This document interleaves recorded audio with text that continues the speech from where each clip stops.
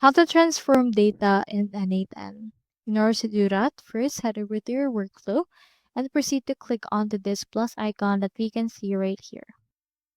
Onto your workflow, proceed to click onto this plus icon and click onto the search bar and search right here for transform.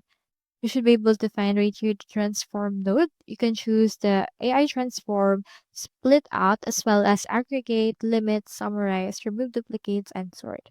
It actually depends on what kind of transform action that you want. So we have in here different options. So if you want a wider range rather than these options right here, you can choose AI transform. For this case, I'll just head over and summarize. So let's click on this right here.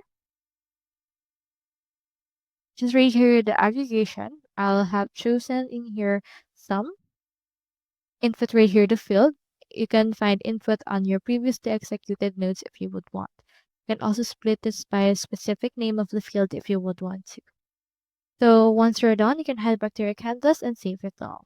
So that's all there is today, and I hope this video helped you out.